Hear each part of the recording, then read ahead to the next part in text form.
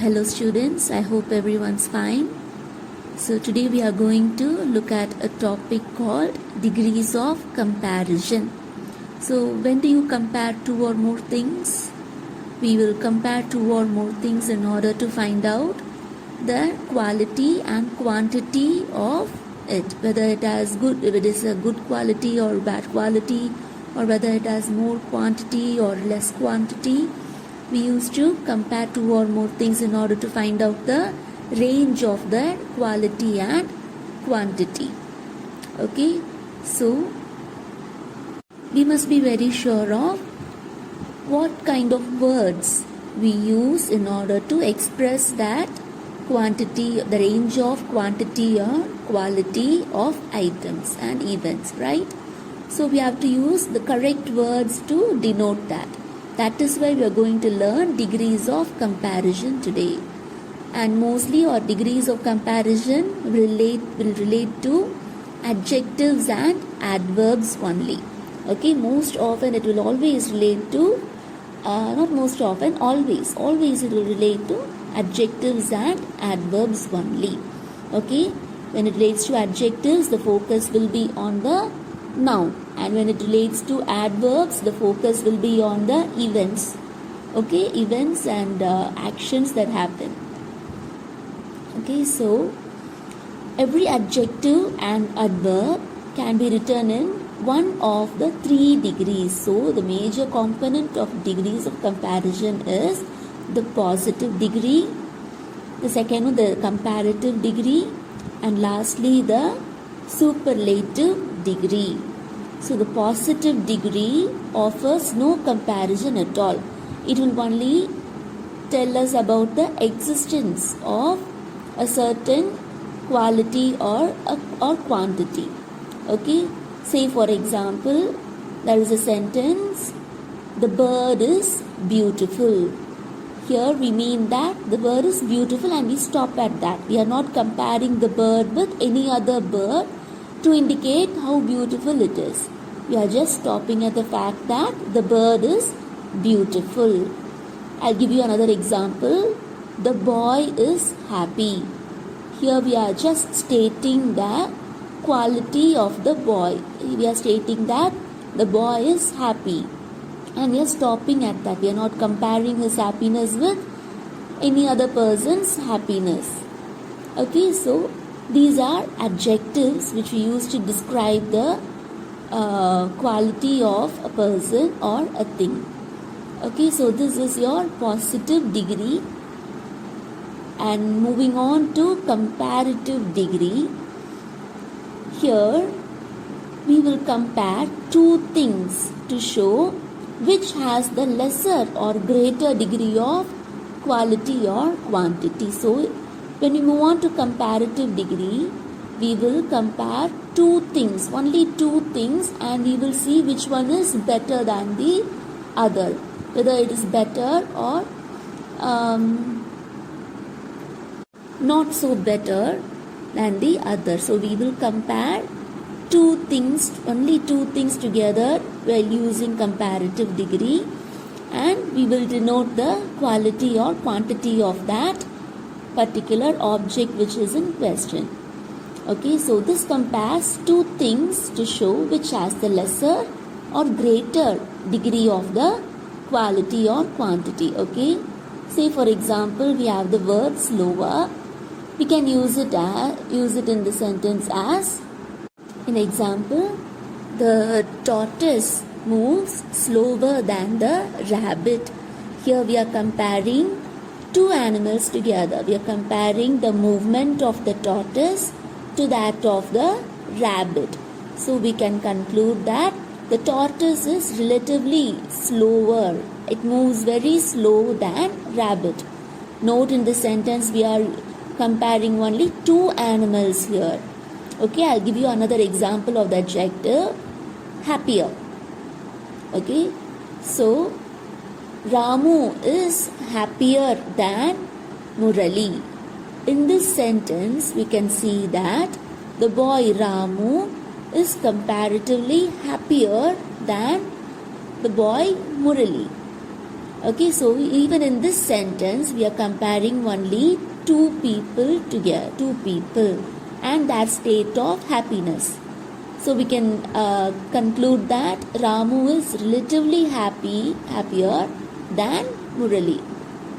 Okay, so always in a comparative degree, we will compare only two things or events together. We will not go beyond two.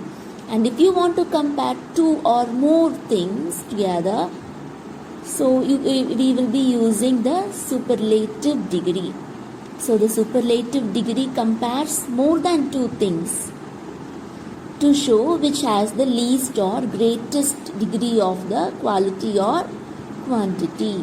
Your superlative degree will always compare more than two things or events, whereas your comparative degree will only compare two things.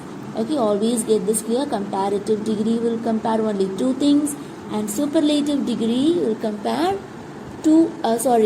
more than two things to show which has the least or greatest degree of the quality or quantity.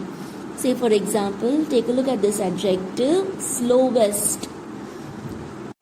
We can say that the tortoise is one of the slowest moving animals in the world, right? So we are comparing all the animals in the world, all the movement, how the other animals move with that of the movement of the tortoise, and we can safely conclude that tortoise moves the slowest, and it is one of the slowest animals in all of the animal kingdom. And let's take a look at another example. Happiest. Take the word happiest. Let's imagine that. Let's take a look at the sentence. Kushi is the happiest girl in the class today.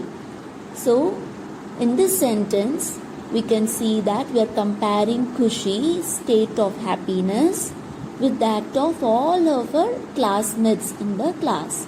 So, we are concluding that comparing Kushi's happiness, compared to that of Kushi's happiness, nobody was as happy as Kushi in the class. So Kushi is the happiest girl in the class that day. Okay.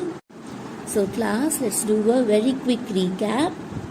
So what is degrees of comparison? Degrees of comparison is used to compare two or more things or events, qualities or quantities together and come to a conclusive evidence of which one has lesser or higher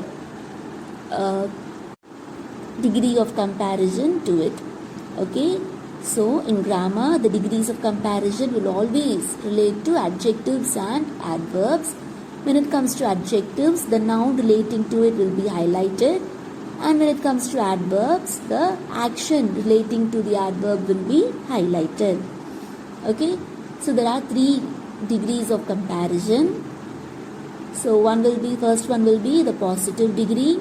In positive degree, there will not be any degrees, any comparison in it. The state of the quality or the quantity will just be as it is. Okay, there will be no comparison at all in positive degree. So in your comparative degree, only two objects or events will be compared together. Not more than two, only two objects or events will be compared. And for your superlative degree, more than two objects and events will be compared to give us which one has the least or the greatest degree of quality or quantity. Okay, so there are three basic degrees of comparison. One is your positive degree, second one is your comparative degree, and third one is your superlative degree. Okay, yeah, so class, let's go through some examples of the degrees of comparisons in adjectives. Okay, so positive, we have positive, comparative and superlative form of the adjectives. I'll start with the first one. The positive degree will be beautiful. the comparative degree of beautiful will be more beautiful, and the superlative degree of beautiful will be most beautiful. Similarly, it goes as big, bigger, the biggest, black, blacker, the blackest, bright, brighter, the brightest. Then clean, cleaner, the cleanest, clever, cleverer, the cleverest, confused, more confused, the most confused. Okay, so difficult, more difficult, and the most difficult. So these are some examples of positive, comparative and superlative degrees of forms of degrees of adjectives. Okay, so let's move on to adverbs. So look at these examples given. So in positive degree we have the adverb angrily. And when it goes to comparative degree, it changes to more angrily. And when it goes to superlative degree, it becomes most angrily. Similarly, calmly, more calmly, and most calmly. Moving on, fast, faster, and fastest. We also have happily, more happily, and most happily.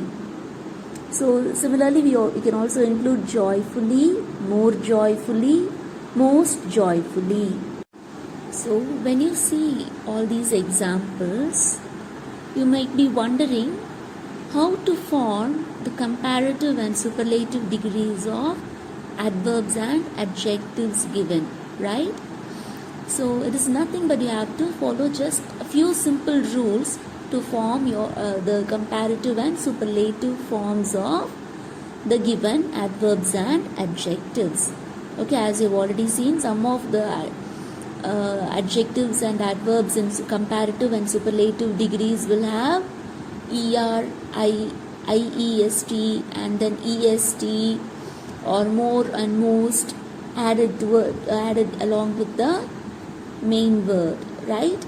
So we have to follow few simple rules in order to know when to use what kind of suffix or prefix to add to into in that particular word. Okay, so we can look into that rules in the next class, in the next video.